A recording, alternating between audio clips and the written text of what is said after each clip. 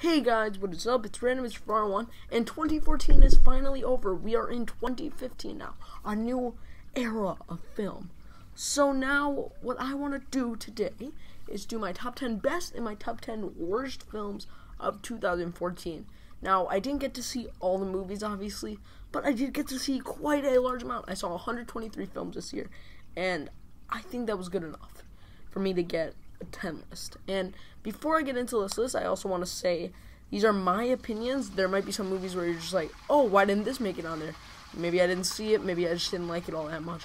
Or, you know, why is this one on there? I hated it. Or this one should be higher, you know, that type of thing. But yeah, it's my list. So, yeah. And I want to get started off with a lot of honorable mentions. So, yeah. The honorable mentions include Under the Skin, Enemy, The Babadook, The Rover, Wild, Godzilla, Edge of Tomorrow, The Lego Movie, Guardians of the Galaxy, Horrible Bosses 2, Oculus, Let's Be Cops, The Skeleton Twins, Ernest and Celestine, Obvious Child, The Interview, Bad Words, The Fluffy Movie, Dawn of the Planet of the Apes, and, just reading off my list, Locke. So, all these movies, fantastic. Check them all out. If you gotta watch that, I guess rewatch it. So, yeah. Without further ado, let's get into the top 10 best films of the year. Coming in at number 10 is a film that their original movie, no one was really looking that forward to. It was a huge surprise. And no one really expected the sequel to be as funny, but man, it might be as funny as it, and that is 22 Jump Street. This movie was hilarious. Great performances by the entire cast. Jonah Hill and Channing Tatum do a great job playing off of each other, and you can really see that bromance going on. And honestly, I was crying of laughter in this film.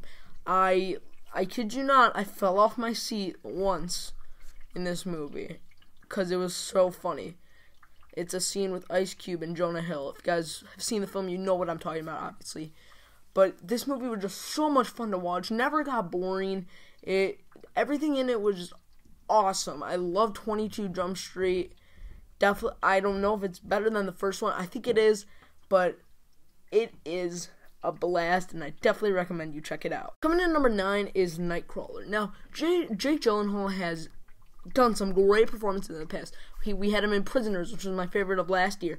We had him in Enemy, which is a great film that came out this year. And now we have Nightcrawler. And Nightcrawler he was amazing in this movie.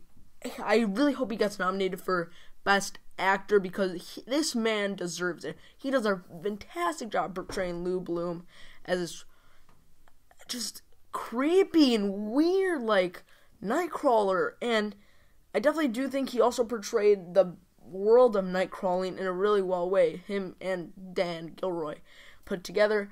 And overall, the movie is just great. I mean, people are like, oh, it's slow at the beginning. I was interested in this movie the entire time, and I never got bored. It was just an exciting movie. Awesome action sequences. I love the ending also. So overall, this movie is great. I'm sorry, but this movie is great, and so let's move on to number 8. Coming in at number 8 is a film that actually changed who I am today. That might be saying a little much, but I'm not even kidding. And that film is Chef. Jon Favreau's Chef is perfect. I mean, from beginning to end, this movie is great. The characters are funny, witty, you really care about all of them. Even the minor ones. The food is like food porn in this movie. It never loses its pacing. Everybody in the film does a great job. My only complaint would be the trailer. But that shouldn't really be factored into the film itself, because the trailer markets itself as starring Scarlett Johansson and Robert Downey Jr. when they're only in the film for together 25 minutes out of this 2-hour movie. But anyways, this movie is phenomenal. Just a heartwarming movie about food, and it'll make you hungry, so eat before you see it. So that is why Chef is my number 8 choice. Coming in at number 7, we have The Guest. The Guest is a movie that I hadn't even heard about. I was just watching a review of it, and I'm like, oh, whatever. And then I saw Chris Stuckman reviewed it, and I like seeing all the movies Chris Stuckman has reviewed. So I went out and saw this. I didn't go out, I watched it online. But anyways, I saw it, and this is oh my god, it's a blast from beginning to end. It is so much fun. And you're guessing the entire time, is this guy really a friend of the people that he's talking to, how their son passed away? Or is he just like this bad guy? And you're guessing throughout the entire movie, and just going on and off like, what's gonna happen? Oh my gosh. And it is just enthralling. It's crazy. Literally, I never got bored in this movie at all. It's awesome. Dan Stevens does a great job. This movie's probably gonna get no award recognition, but I really hope it does. And the ending in this movie, yes, just yes, hell yeah, 100% yes. So that is why The Guest is number 7. Coming in at number 6, we have a movie that I thought would be my top 5, but it's not, and that is Snowpiercer.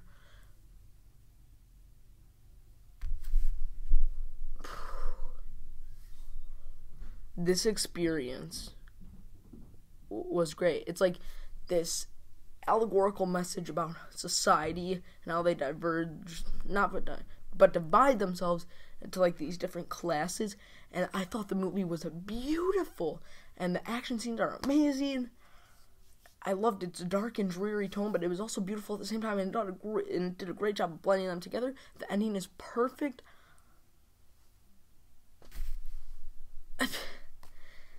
I'm telling you guys, this movie, luckily I got to see this in a theater, and if you didn't see it in a theater, you're missing out. But you know, it was a great theater experience. But still, if you haven't seen it in the theater, check it out. This movie is phenomenal. I loved it from beginning to end. Chris Evans, it sucks that he's going out of acting, because he does a phenomenal job in this movie. So that is why Snowpiercer is my number 6 film of the year.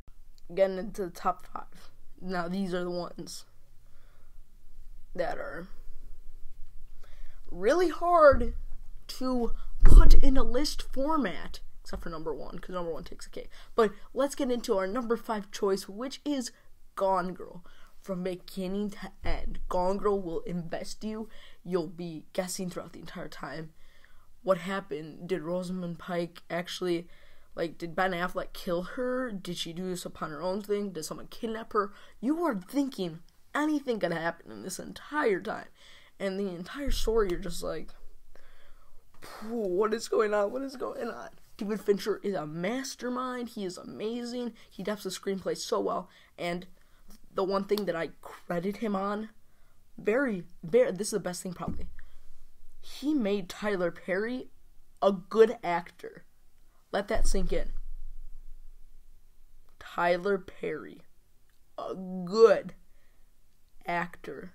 So that, ladies and gentlemen, is why Gone Girl is number 5. Okay, so number 4, these top 4, I changed it the last second, and it was really difficult, but let's do number 4, which number 4 is Birdman. Birdman is a phenomenal movie. The way it's directed, how it's made to look in one shot, it's absolutely phenomenal. The acting is great. Emma Stone, I hope she gets a Best Actress nominee. I really do, because she does a great job in this movie. Michael Keaton, this is definitely a return for him. It's a comeback, and he is phenomenal in this movie. Everybody in this movie does a great job, and in the first half, like I said in my review, I wasn't really that invested into the story. And then, once the second half happened, and it kind of all came to me, I was like, holy shit, this movie is phenomenal.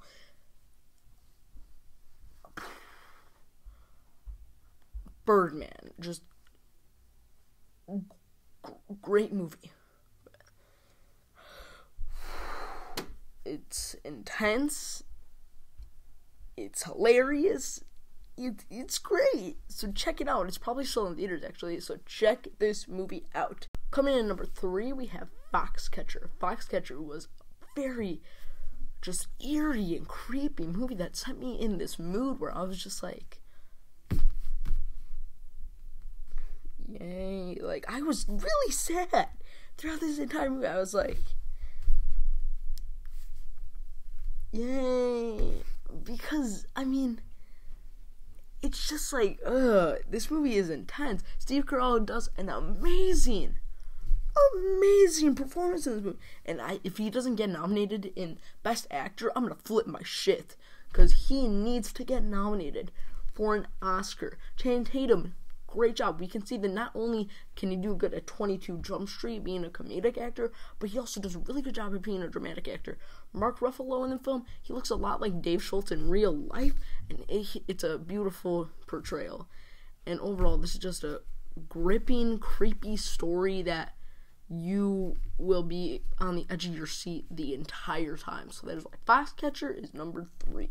Number 2. These are the final 2, guys. These are the ones that, when I walked out of the theater, holy shit, like, you don't even know. This movie was great. And number 2 is Boyhood. Richard Linklater, you are a phenomenal director. I mean, sure, you did Bad News Bears, the remake, and, I mean, I kind of enjoyed it, but overall, just pretty boring movie. But then you did the Before, you did the Before trilogy, and that is probably the greatest romance, those are probably the greatest romance films I've seen of all time. And now your movie, this guy is a freaking legend.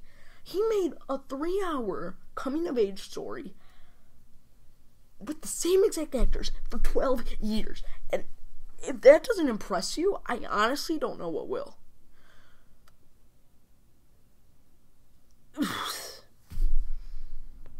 Like, seriously, I don't know what will impress you unless that. That is pure art right there, that you can do that. Because he took so many risks with doing that idea. Overall, Boyhood is just a phenomenal movie. Go check it out, like, right now. So that is why it is my number 2. Coming in at number 1. A lot of people saw this one coming, but I don't care, because this movie, it's one of the best films I've ever seen. I know I said that about Under the Skin, but then I took a lot of consideration into Under the Skin, and it's not. Thinking about Whiplash,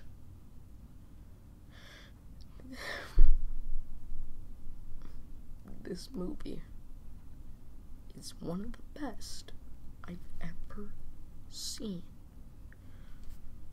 Oh my god, like, this is an amazing piece of film. Like, you don't understand, like, you don't even know, like, the acting in here. Miles Teller does probably the best performance of his life. J.K. Simmons.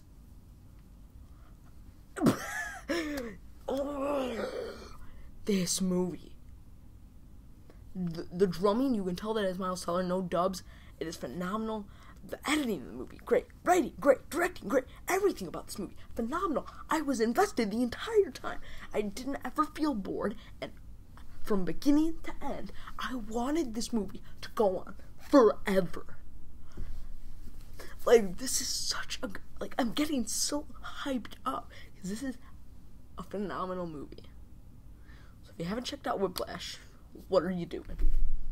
Go check it out. It's one of the best films of my entire life. So overall, those are my picks for the best films of 2014.